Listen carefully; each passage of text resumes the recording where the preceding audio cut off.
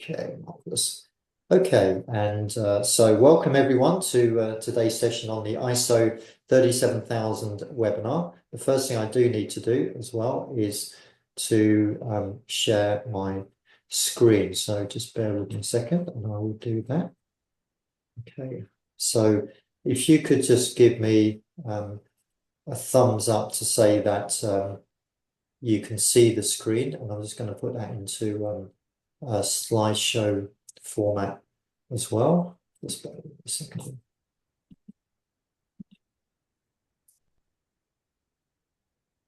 Okay, so you can all see that. Fantastic. Okay, so again, welcome to everyone. Just a few little ground rules, as it were. Just if you have any questions, feel free to jump in, ask me the question. Otherwise, please put it into the chat function as well. And if you could just all mute your microphones, just so that we don't have any sort of background noise as well. And I'll have an opportunity as well for a quick Q&A. I wanted to respect your time, everyone, but the purpose today really is to give an introduction around what the ISO 37000 is as a standard, and also just to talk a little bit about the certification process, because I know that all of you had expressed some, by being here, I'm sure, interested in the certification process, because this is one of the cutting edge governance courses that really is about,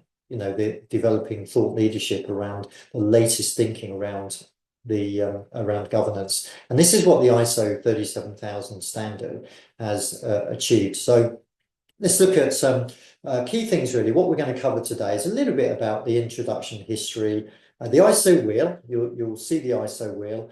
We'll talk about the three conditions, if you like, or the three ways that the standard is constructed. That's in relation to governance conditions and the principles. There's 11 principles in the standard, the foundational and enabling principles, in addition to the primary purpose. We'll also look at the governance outcomes. What are we trying to achieve by following the ISO 37000 standard? What benefits are there to adopting it in your organization?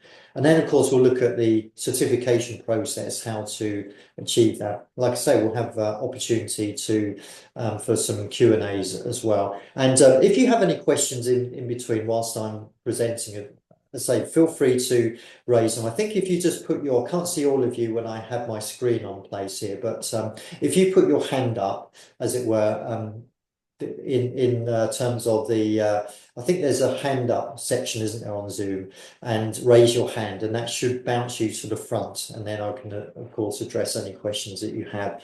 So just think about the historical origins really, and the movement around governance itself. The all organizations, of course, we need to have a meaningful reason to exist. We need to have a purpose. We need to think about the ultimate value that we generate for stakeholders. Yeah. Hello. Sorry, I missed. You can call me if it gets bad. I'll come pick you up. Okay. Just again, if you don't mind, if you could just mute all of your microphones, just so that we don't have too much background noise, if that's okay with everyone, that'd be appreciated. Rog, if you could just mute your microphone, that would be great for me. Thank you. Okay, so yeah, in terms of the governance trends, of course, it means that as an organization, you need to ensure that you're clear about your goals and the parameters in which to achieve them. And the modern thinking around organizations these days, of course, is that we need to think about the organizations being sustainable, the end goals of long-term societal well-being and the means to achieve it, making sure that we have healthy social and environmental systems. They've been largely ungoverned. Companies up to now have been really just left to their own devices in that sense. And of course, we see these governance scandals, corruption, other self-interested behavior at the governing body and management level. And of course, this has often led to a lack of trust. And of course, what does that mean? It means that there's perhaps a lack of willingness to invest in those companies, a lack of innovation. There's a loss of competitive strength as well. And so views about modern organizations, of course, and their governance have really been fast changing in the last sort of few years. It means that we need to ensure that we have a purpose in place that's aligned to society's long-term well-being. We need to think about what are the social environmental systems that underpin its well-being? How can we make decisions in an innovative and prudent and ethical manner? And so South Africa's King IV Code is a good example of countries and organizations that have paved the way to good governance. Just bear with me a second. Okay, let's have a look. I'll just ask you again if you could mute, if you don't mind muting your microphones again. That'd be wonderful. Okay, so the idea around this was that we needed a codified standard that encapsulates some modern thinking around good governance and what that would look like. So the governance experts around the world, they did an environmental scan essentially and found that there's so many different standards and country governance codes that it really is hard to have consistent codes because each country is different. I mean, some will have compliance-based codes and some can have what we call aspirational governance. Some are guidance-based, such as in the UK, some are prescriptive, such as in the US, you have Sarbanes-Oxley, for example. And so ISO 37000, the standard, it was designed to be that overarching sort of high-level approach. And so it doesn't mean that there's a one-size-fits-all governance. In fact, it's quite the opposite. It means that ISO is a language with a clear purpose that delivers long-term value consistent with the expectations of its relevant stakeholders. So it is the first global standard on the governance of organizations. It was published in 2021 and somewhat really, I would say, has fallen under the radar. We only have around about 20 people or so that are certified to practice the ISO standard in Canada. But some of the really important aspects of it is that it's designed to reduce complexity and costs. It's designed to increase transparency and comparability across organizations because it creates a universal understanding of what good governance looks like. And so it creates a benchmark and it's truly international in nature. It was developed by experts from 77 countries and it was approved by all 164 ISO member countries. So it really is the most authoritative global document on good governance for all organizations. And so many of the standards that we see in different countries are compliance-based. This is a guidance standard. This is not written in law, it's not prescriptive, and you will not find it in legislation. But what it does do is it provides that common understanding. Okay, it's about governance and not management, and you do need to distinguish the two. And it's primarily written for governing bodies that run organizations. And so it really makes it applicable to any governance practitioner because it advocates that aspirational approach to governance. In other words, we're going beyond the legal minimum and compliance requirements, and we're on a continuing journey of governance evolution. And so because it's guidance, it doesn't ever say that the governing body must do this or so on. It is always about the governing body should, and it does put the governing body at the very core of the cornerstone of good governance. And so the standard itself, it represents the world's consensus view of what ethical and effective governance should look like. Okay. All right. So this is really an international standard which provides governance to governing bodies, to governance practitioners, to stakeholder groups, and people simply interested in governance. And so a few key points then, just to note here, that it's a guidance document. It's not prescriptive. It's truly international, a benchmark for good governance. It's not certifiable, it's guidance only. However, the training and assessment, if you decide to take the certification, that is, of course, certified. You will take an exam and you'll get a certificate at the end of it, and you will be a certified ISO governance practitioner.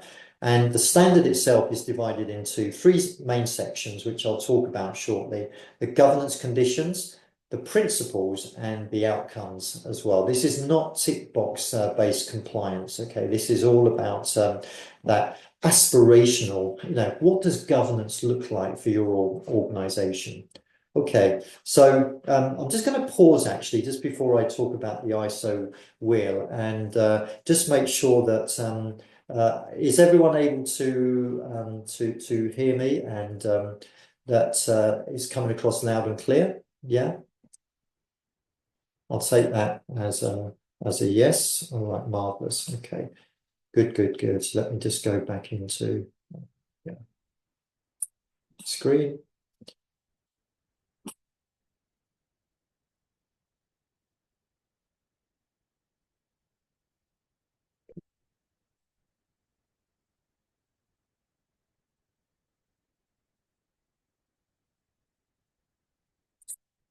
All right, so let's look at the ISO wheel. And so this is a diagram as to how it depicts the principles. So we start with the inner parts of the wheel. So the primary principle of any organization is purpose. Why do we exist as an organization? Then we look at the foundational aspects. How do you generate value? How do you strategize? Accountability, absolutely critical, one of the cornerstones of good governance, and oversight. So, of course, these are all focused on the board. Then you have the enabling principles, linking data and decisions. You need to have the right data to make good decisions. And stakeholder governance, of course, engagement is core, because we do not exist in a void as an organization. There is that viability over time. So there's a focus on operations and sustainable growth. And of course, effective performance, you'll see at the outside of the wheel, effective performance means that you're achieving your goals, but doing so in a responsible way, that you're a responsible steward of your assets, and that you're achieving your goals in an ethical manner as well. So the thing I really like about this standard is that I see good governance in two areas. Of course, you need to have the systems and the processes in place for enabling good governance, but equally you need to have the right behaviors as well. And that's really very, very important. That's what the ISO 37000 standard does actually talk about. And as a certified practitioner, you need to know these principles off by heart, and how they where they sort of stand within the model, because you need to be able to speak knowledgeably on these.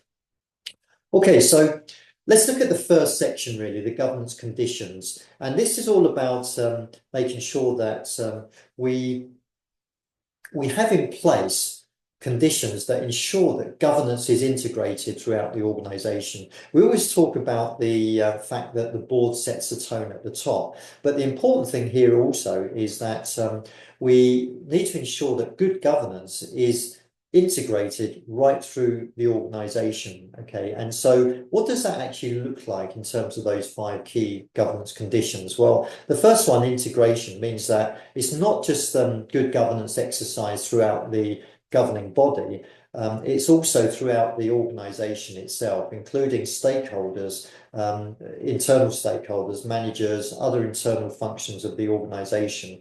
And that means that the organizational governance framework should be sort of consistently integrated by all decision makers within the organization. There has to be that sort of consistency around what decisions are made, what they actually look like. And so we need to, when we consider the way that we develop the standard and integrate it throughout the organization, it means that we need to be applying all of the principles in an integrated and concurrent manner. In other words, you can't sort of cherry pick some of the principles. You need to be applying them all across the organization. Okay, effective delegation should take place across the organization. Now, I've always, when I've spoken to board directors, managers, etc., one of the key problems, if you like, around leadership is effective delegation. And so the standard talks about how important it is for the governing body initially to delegate and remain accountable for what they have delegated,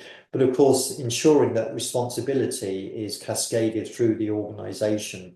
And so the standard sets out the conditions in which the governing body can delegate its responsibilities and provide that effective oversight to ensure that those tasks are completed. So it really gives a good model that can be applied throughout the organisation, what good delegation looks like.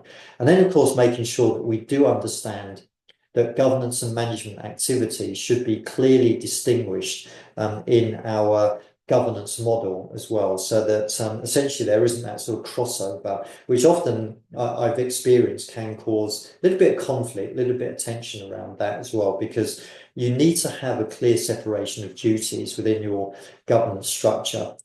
Then, of course, sustainability. We want to create organizations that will exist in the future, not just tomorrow and maybe in the next 5 years, but we're talking about longer term. So sustainability is very much at the heart of decision making, how we make our decisions. We need to be thinking about the environment, the social and economic aspects, the ecosystem in which we draw our resources. So a key sort of component of this is ensuring that we can meet our present needs, but without compromising the ability of future generations to meet their own needs as well.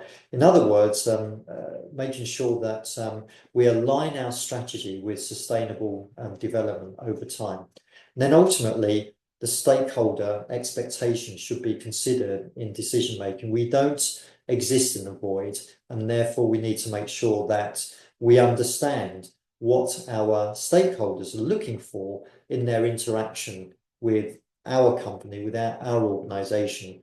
Because if we don't listen to our stakeholders, we ignore them, then of course ultimately those stakeholders will give us feedback, and they'll perhaps, let's say, consumers, they'll withdraw their business, supply chains may not supply us any longer. And so we need to make sure that we are listening to our stakeholders. And so those stakeholder expectations should be considered not just in decision making, but very much at the strategic level of the organization. And that's certainly what the standard advocates for.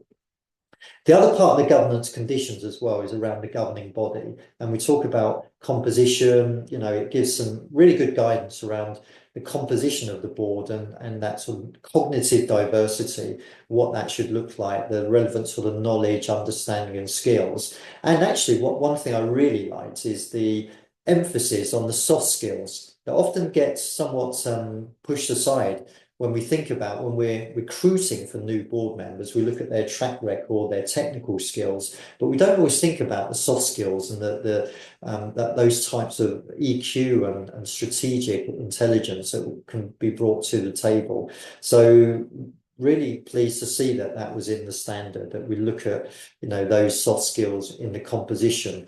We need to think about the structure, and we need to think about the competency as well of our individual board members, whilst recognizing that the board is a collective, and there has to be unity in the way that we make our decisions, even though they would be composed of very sort of diverse individuals with different values, different viewpoints and so on. But it talks about how we can create the right conditions for a strong governing body, because again, the standard itself sees the governing body as the cornerstone of good governance. So I'll talk very briefly just about the principles. This is the second section when we look at the principles. As I mentioned, there's 11 principles here, and the primary principle, the one at the middle of the wheel, is around purpose and what purpose actually looks like for an organization. And of course that will be very, very different depending on the organization, depending on the industry, but we need to make sure that we are aligned as an organization on our reason for existence, because that everything flows from purpose, our strategy, our organizational values, and ultimately the culture of the organization as well, and our relationship with our operating environment. And so it's so critical to ensure that as an organization that we are aligned on purpose, because that also should then flow right through the organization, that everyone is clear right from the governing body and senior management right through to the front lines of the business. We're all clear about what it is that we are wishing to achieve by being in existence. Okay, and I think that's really important as well to the reputation and the perception of the organization as well, because when we're clear about our purpose, that's reflected in everything that we do, all of our interactions with the ecosystem in which we operate, our marketing, our relationship with our stakeholders, even our investor relations, all of those things. People then get to know us as an organization for certain, should we say, quality of products and so on. So purpose, absolutely critical. Foundational principles, of course, we think about, well, why do we exist? The value generation, we need to create value for our stakeholders. Now, that doesn't necessarily mean that all of that value is financial in nature. It's about creating value for our stakeholders as well, making sure that we fulfill that value generation approach within the sort of values of our organization, and with respect for the natural environment as well, and for the social and economic context in which we operate. Okay, so value generation, very, very closely aligned to strategy as well, making sure that our strategy reflects our purpose. And ultimately, of course, the governing body needs to ensure that they have the appropriate degree of oversight of the organization's performance, to ensure that we are, if you like, on target with our strategy, and that we are achieving our purpose over time. And that's where it's so important for the board to exercise that oversight, which is very, very different from management and the operational side of things. And that's why delegation is so critical. And of course, accountability. The governing body should demonstrate its accountability to the organisation as a whole, and hold to account those to whom it's delegated as well. So accountability is upwards, but it's also downwards as well. And then we have the enabling governance principles. We talk about stakeholder governance, that we need to ensure that our stakeholders are appropriately engaged and their expectations are considered. We need to ensure that there is the appropriate ethical and effective leadership in place, and that leadership is reflected right through the organisation. We need to ensure as well that we have the appropriate data and decisions as well, that we recognise as an organisation. We live in a data-driven society now. Data is a valuable resource for decision making at all levels of the organisation, and therefore we need to make sure that we protect that data as well. So having things such as cybersecurity protocols in place, effective security to protect our data and our intellectual property. Of course, we need to ensure that as a governing body, that we have risk uppermost as well, that we are exercising appropriate risk governance, probably more so than ever today with the uncertain world that we live in. So many of our models or expectations about the world that we live in, perhaps some of those entrenched principles that we have in today's world, have literally been thrown away, put into the shredder. We can't always rely on things that in the past that we thought were enshrined, should we say, as fact, or just the way things are done. Everything's changing, and we need to be agile. We need to adapt to that. But ultimately, we also need to ensure that as an organisation, we have responsibility towards the social environment that we exist in, because that's where we draw our resources. And so there's an emphasis around social responsibility. And I think ultimately, many organisations regard social responsibility as an overhead. But ultimately, I think that if you invest in building those relationships with that social environment, that ultimately it will cease to be an overhead so much as a benefit to the organisation in terms of its enhanced reputation, which I believe ultimately will lead to an increased financial bottom line, because what it does mean is that you're able to attract better people to your organization. You're able to attract a high quality of consumers and customers and supply chains. And so having that approach to working with and collaborating with the environment from which you draw your resources ultimately will achieve an organization that is viable and performs effectively over time. Okay, so very, very broad overview of the principles. And like I say, in the course, we go into those in a lot more depth, what they actually look like. But ultimately, this means that we want to create outcomes that consist of really sort of three areas. Now, the thing with the standard is that it's fairly sort of vague, I suppose, in terms of what the governance outcomes are, other than stating and giving some context around what effective performance and ethical behavior and responsible stewardship actually looks like, because it isn't a tick box approach to governance, it is an aspirational approach. And what that actually looks like, those governance outcomes, will be different depending on the organization. But it has internationally become very clear that organizations, no matter their size, where they operate, and the type of organizations, they are expected to demonstrate these three key areas: effective performance, of ethical behavior, and of course, as a board, your fiduciary duty is to be a steward of the assets that you oversee. And I think that this is the target, what's expected of good governance. You know, society has created all types of different organizational constructs, such as companies, trusts, NGOs, schools, universities, clubs, member organizations. All of these are really trying to achieve the same outcomes, that we want to be able to be effective, but at the same time, there is an emphasis on behaviors as well. So ultimately, that's what organizations are trying to achieve. And the ISO 37000 gives you a path to achieve that through the principles. And so what does it mean for your organization? What are the benefits of applying this standard to your organization? Well, again, the standard doesn't really prescribe to governing bodies how to apply those 11 governance principles, because that's really up to you. It does provide guidance because it has in there a section, key aspects of practices for governing bodies to consider when applying the principles. But it really is, because it's guidance based, it really means that how you apply the standard is really very much up to your individual organization. I think that's where the beauty of this actually lies, because when you get certified, you can interpret the standard and say, how does that apply to my organization? How can I use the guidance here to develop the governance framework for my organization? It's not a one-size-fits-all approach, and that's very, very important to recognize.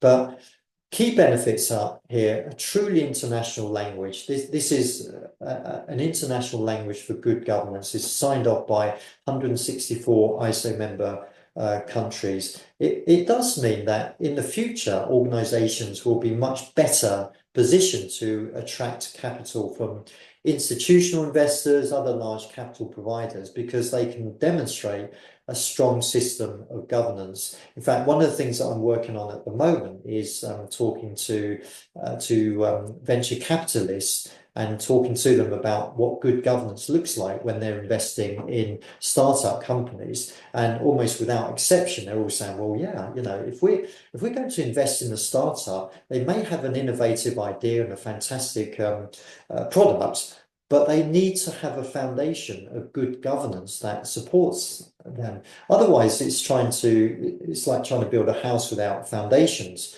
You know, you can go brick by brick, but ultimately what you achieve there is something that probably looks very different to what you envisioned before. So having a strong governance framework acts as that blueprint for any organization, whether it be a startup or an established organization as well. And ultimately, I think it means that there is those increased investment opportunities. And in fact, the McKinsey survey 2020 revealed that investors are willing to pay a 10% plus premium for companies with positive records around, for example, ESG, relative to those with, with no sort of principles in place. And of course, there is that ability to attract talent as well.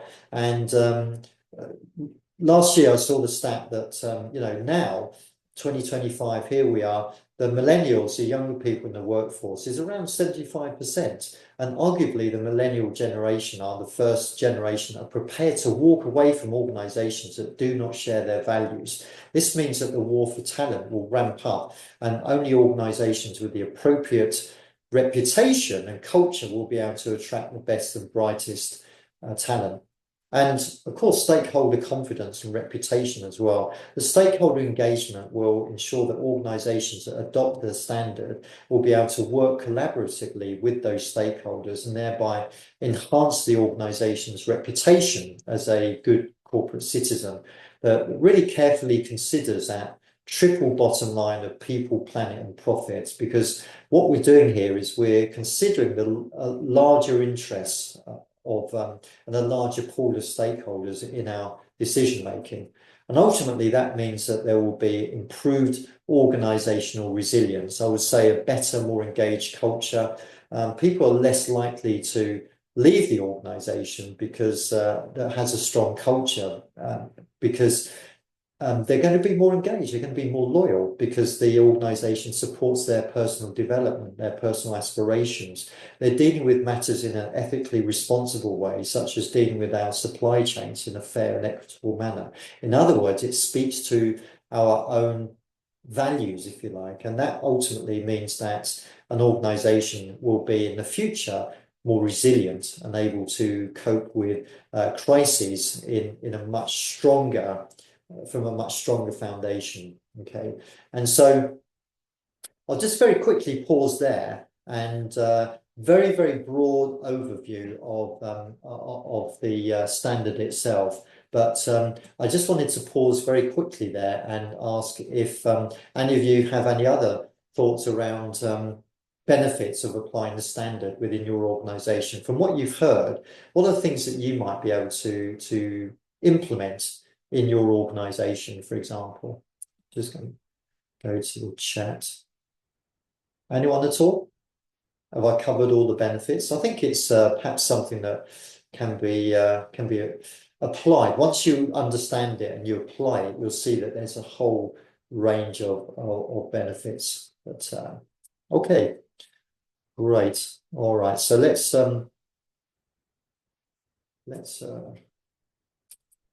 think about these. So, okay, so why then should we have the certification in place? What is the benefits of having the certification in place? Okay, so really, I guess one of the key points for me when I thought about this certification, I thought, well, it's another governance certification. Why is it so beneficial? And so when I decided to do this, I looked into it a lot further, and I decided that this was actually a very, very useful course to do, because it provides cutting edge governance education at a very affordable price as well. Because if you think about some of the other courses available for continuing governance, this is way less expensive. But of course, it doesn't cover everything that other courses do. But what this does provide is that it will give you that oversight to be able to create a governance, if you like, a governance framework for your organization. It's amazing personal development. You'll really be able to understand the latest global thinking around good governance. And ultimately, I think it will be a massive benefit in terms of career-wise, because the people that have gone through the process, they have been able to build their status as trusted advisors to the board, and to build credibility and trust from their boards and from their senior management team. And of course, it's a certification that you can take anywhere as well. And so this means that if you are moving organizations, for example, in my role, where I use this is for sort of consulting purposes as well. And so it is highly, highly flexible. The costs of the course itself is there's two areas. You can actually take it as a digital only course, or you can take it as a hybrid course. Now, the course itself is administered by Fluid Rock Academy. They're the only accredited training provider globally, and they're based in South Africa, which is actually where the standard was co-written. And so it's a combination of digital materials, which is asynchronous training, case studies, the foundational manual, practice questions. There's also videos by Caroline Chalmers, who's the CEO of the Good Governance Academy, and she was the co-author of the standard. And it's a one-year access to those digital materials. You do need to have a copy of the standard as well to go through, because that is the only document you're allowed in the exam itself. And there is also for the second option, the hybrid option, as it were, there is we provide 8 hours of live online training, and that is very, very useful because it puts all of the standard into context and enables you to be fully prepared for the exam itself. And the exam is really just a 1 hour exam itself. It's 40 multi-choice questions, and you get the marks and the results immediately. And I know a few people have sort of said to me, "Oh, I don't want to take exams at my time of life," but I can certainly guarantee that this is not too arduous, and that all of the answers are available to you in the standard and the work that we go through in preparing you for the exam as well. So I'll just pause there and just ask, let me just come out of here. Just bear with me a second. There we go. I'll just pause there. And okay, so I'm just looking at the some of the chat comments as well. Oh yeah, so the McKinsey 2027, companies are willing to pay a 10% plus for companies that use the ISO 37000. From the short overview, I think it would be a strong framework for an organization to add towards their governance framework, especially as it's recognized by 164 ISO countries. What type of industries have you found have taken up this certification? Well, interestingly enough, thanks, Shola, great question. Interestingly enough, actually, I've done a whole cohort for the university governance sector, and that is one area that they've absolutely really embraced because of the complexities of university governance. And so that's just an example of any industry that it can be applied to. And so it really is irrespective of the type of entity, whether it be a not-for-profit, whether it be a private company, even those that are preparing for perhaps public companies as well. All of those things, all of those types of entities in any industry can benefit from this, because, like I say, it's generic in terms of the standard and the guidance that it provides, but equally it's not a one-size-fits-all governance. And that's why the certification is so important, because it gives you the tools and the knowledge and the skills to be able to apply the standard to your specific type of organization and the industry in which you operate as well. And Janet, you mentioned the benefit could be alignment between the governance framework and other frameworks in place, such as risk or ESG. Absolutely, it's a great point, because it's designed to be working in conjunction. It's not designed to circumvent any of those existing frameworks that you have. It's designed to complement it and support it. So absolutely can do that.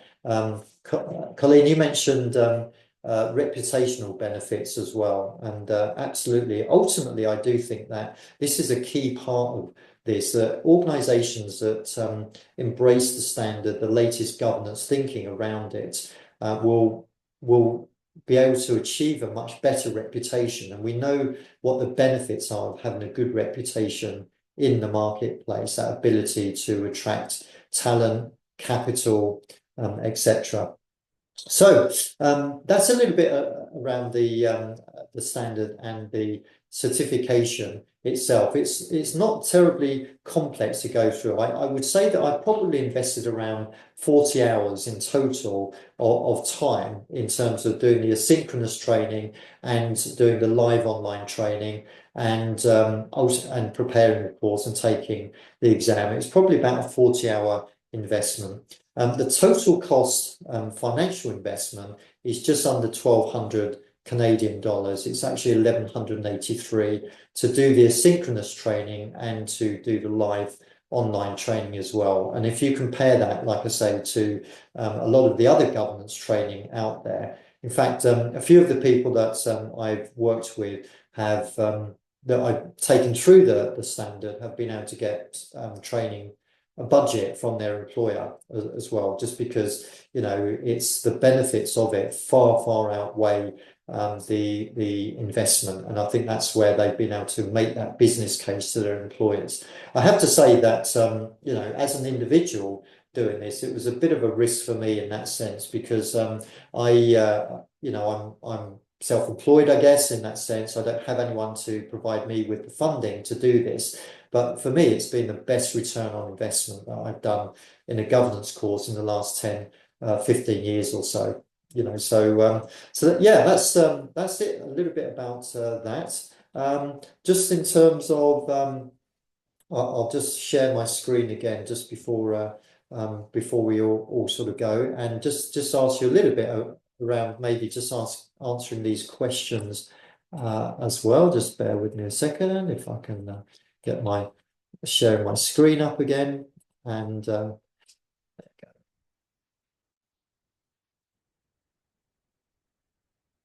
So let's do that slideshow. No, oops. Shouldn't say from the beginning, should I? So over to you. What are your thoughts around some of those questions? I'll be interested to get your thoughts and ideas. Is it something that you would be interested in doing?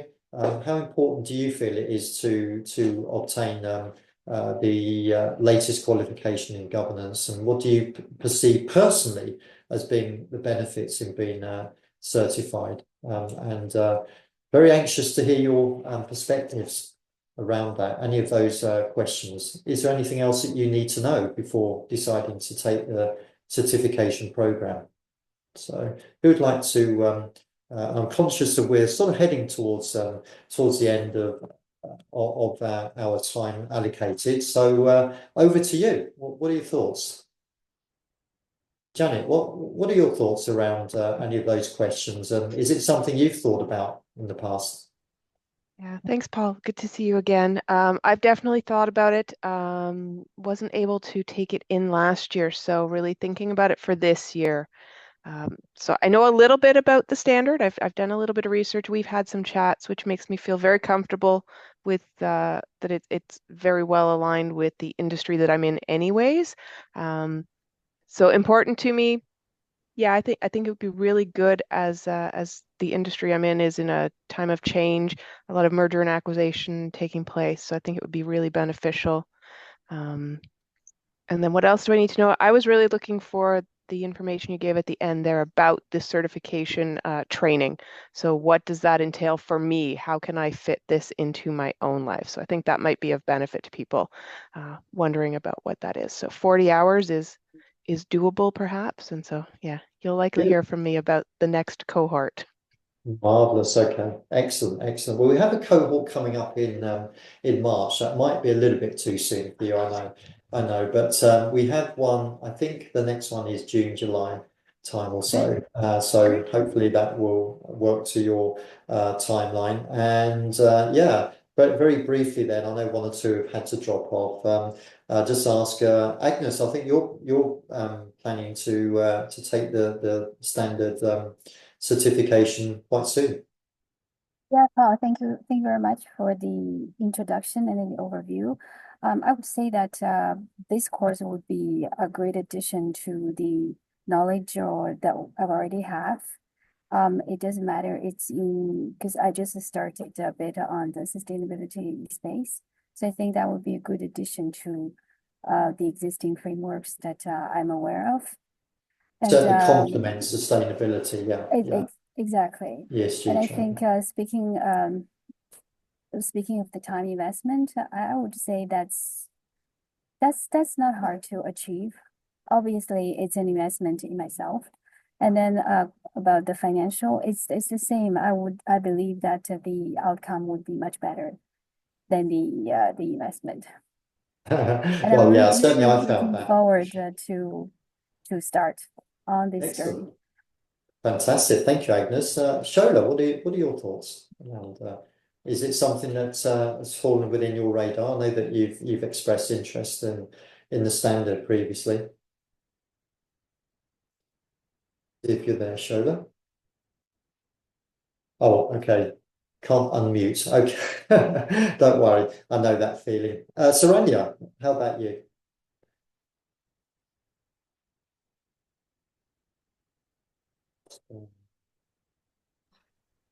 Hi, Saranya.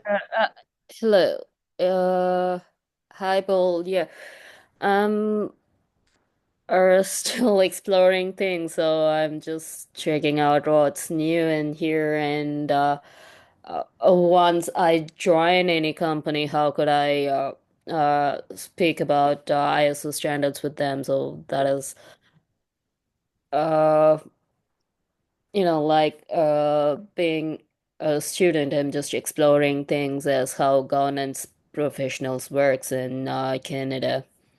Yeah, absolutely. Yeah, yeah. Thank you, Saranya. Yeah, certainly you can speak with knowledge once with this certification, you can really Yeah. talk about governance knowledgeably, and I think that's important because speaking in the language that your board and your senior management team understand, that's absolutely critical. So yeah, yeah. Now, I appreciate we've come to the end of time. Thank you, Saranya, and thank you all for your thoughts and ideas, and really appreciate you attending today.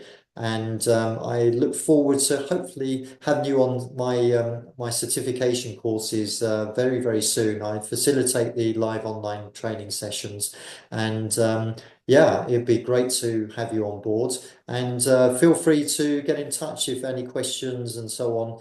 And I will be providing a recording as well, a copy of the recording as well, just for your own purposes, in case there were anything that you've missed. So thanks again, and great to see you all, and hope to see you again very soon. Thanks, everyone. Thank you, Paul. Bye. Bye, everyone. Thanks. Bye. Have a great week, Paul. And you. Thank you. Take care. Bye-bye.